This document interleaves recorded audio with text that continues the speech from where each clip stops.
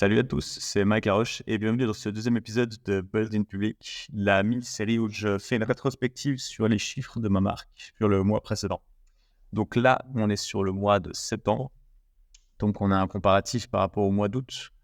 Donc on voit qu'on a fait moins de chiffre d'affaires, je reviendrai après dessus, c'est principalement parce qu'on a diminué le budget pub. Donc on a fait moins de chiffre d'affaires le mois d'année.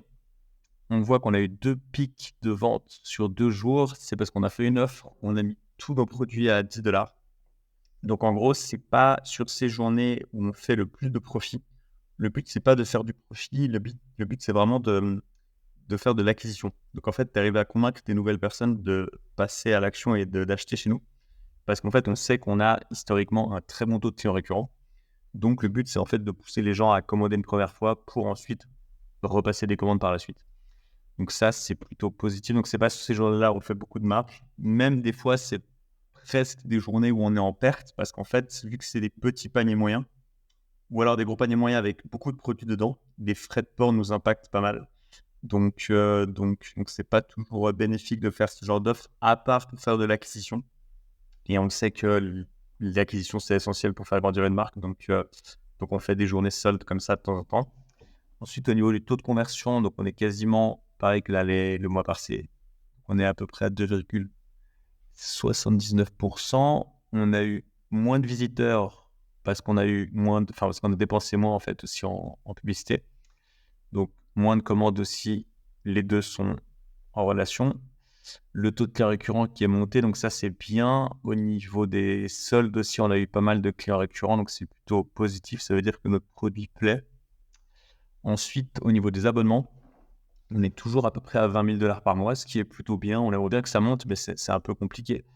Mais c'est toujours positif. Donc, ça veut dire que théoriquement, sans budget pub, on arriverait à faire à peu près 240 000 $ par année, rien qu'avec les abonnements, ce qui est très bien pour la valorisation de la marque. Et moi, mon but long terme, c'est de pouvoir augmenter la valorisation pour la revendre.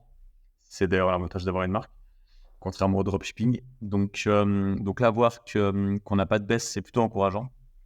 On va essayer de pousser un peu là-dessus les mois suivants pour essayer d'y monter, mais en tout cas, c'est plutôt une bonne base. Donc voilà pour les chiffres en gros. Maintenant, on va partir sur la partie un peu plus détaillée. Donc, pour les chiffres en détail, donc à peu près 73 000 $ de chiffre d'affaires. On a dépensé moins que le mois dernier en publicité. On était à 30 000 $ le mois dernier. Là, on est à près à 20 000 $. Le ROS par rapport au mois dernier est en hausse. Donc c'est plutôt positif. En fait, dès que vous augmentez votre budget, le ROS a plutôt tendance à baisser parce qu'en fait, vous allez devoir aller chercher de nouvelles personnes dans des audiences différentes. Généralement, le ROS baisse. Donc là, on a baissé le budget, donc le ROS est monté, donc c'est plutôt encourageant. Au niveau des revenus des abonnements, ça n'a pas changé, donc c'est plutôt intéressant. Le taux de clients récurrents a bien augmenté par rapport au mois d'avant, donc ça, c'est plutôt une bonne chose. Le taux de conversion, on avait vu avant, légèrement en baisse. Les visites, pareil. Donc ensuite, maintenant, si on fait un détail, au niveau des produits, on avait à peu près 12 000 $ de produits envoyés, 18 000 $ de logistique, 1 800 $ de logiciel, ce qui nous fait à peu près un profit de 21 000 $ sur le mois de septembre, donc à peu près 28%, ce qui n'est pas trop mal. La moyenne, généralement, c'est plutôt autour des 30%, mais vu qu'on a essayé de faire un peu plus d'acquisition en faisant justement d'autres offres avec tout à 10 $, on savait qu'on allait faire un peu moins de profit, mais c'est pas grave, ça sera lissé sur le long terme.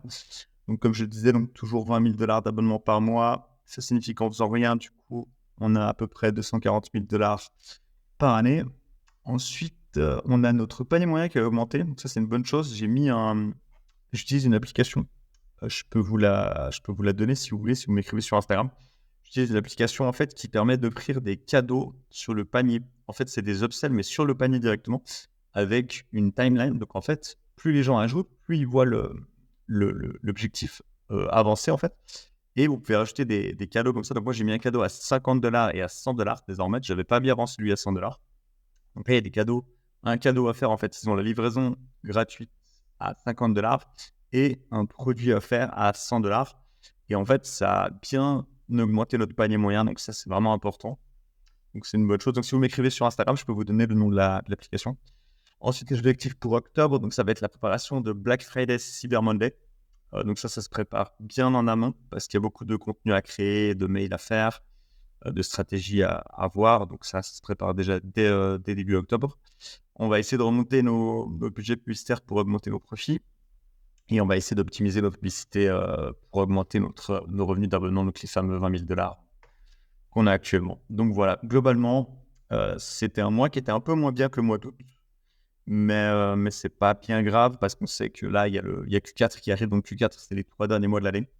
On sait que Q4 arrive et c'est vraiment la période où généralement on fait le plus de profit. Il y a même certaines marques, donc c'est pas notre cas, heureusement, on met pas toutes nos billes sur le Q4, mais il y a certaines marques qui font jusqu'à 30 à 40% de leur chiffre d'affaires au Q4, voire même juste durant le week-end de Black Friday. Donc ça, c'est quand même très risqué parce que si vous avez le moindre problème, ça peut être un problème informatique, ça peut être un problème de logistique, enfin, le moindre souci, ça peut vraiment mettre en péril votre société. Donc, nous, heureusement, c'est pas notre cas.